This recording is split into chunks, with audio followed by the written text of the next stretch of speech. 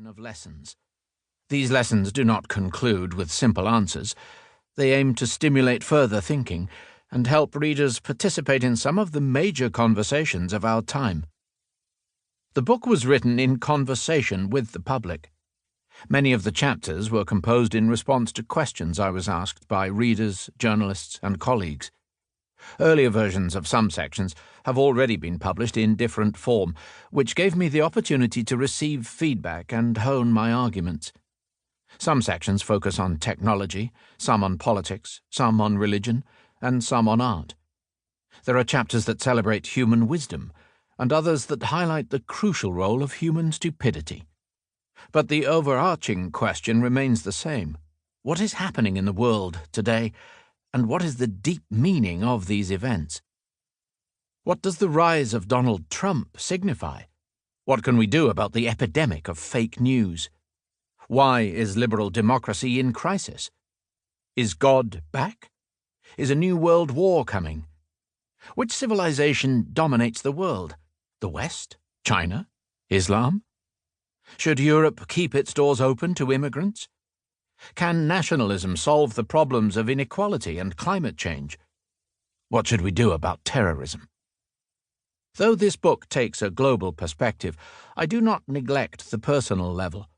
On the contrary, I want to emphasize the connections between the great revolutions of our era and the internal lives of individuals. For example, terrorism is both a global political problem and an internal psychological mechanism. Terrorism works by pressing the fear button deep in our minds and hijacking the private imaginations of millions of individuals. Similarly, the crisis of liberal democracy is played out not just in parliaments and polling stations, but also in neurons and synapses. It is a cliché to note that the personal is the political, but in an era when scientists, corporations, and governments are learning to hack the human brain, this truism is more sinister than ever. Accordingly, this book offers observations about the conduct of individuals as well as entire societies. A global world puts unprecedented pressure on our personal conduct and morality. Each of us is ensnared within numerous all-encompassing spider webs, which on the one hand restrict our movements, but on the other transmit our tiniest jiggle to faraway destinations.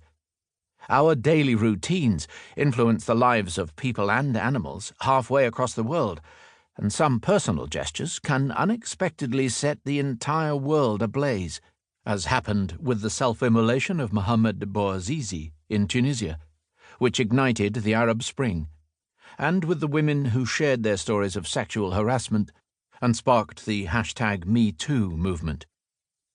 This global dimension of our personal lives means that it is more important than ever to uncover our religious and political biases, our racial and gender privileges, and our unwitting complicity in institutional oppression. But is that a realistic enterprise?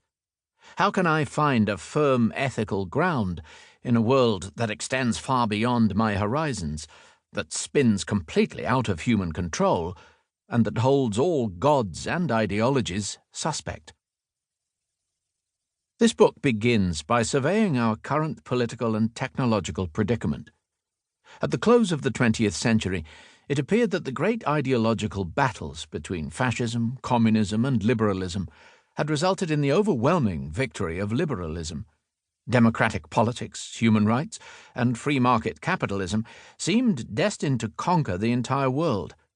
But, as usual, history took an unexpected turn, and after fascism and communism collapsed, now liberalism is in trouble. So where are we heading? This question is particularly poignant because liberalism is losing credibility exactly when the twin revolutions in information technology and biotechnology confront us with the biggest challenges our species has ever encountered.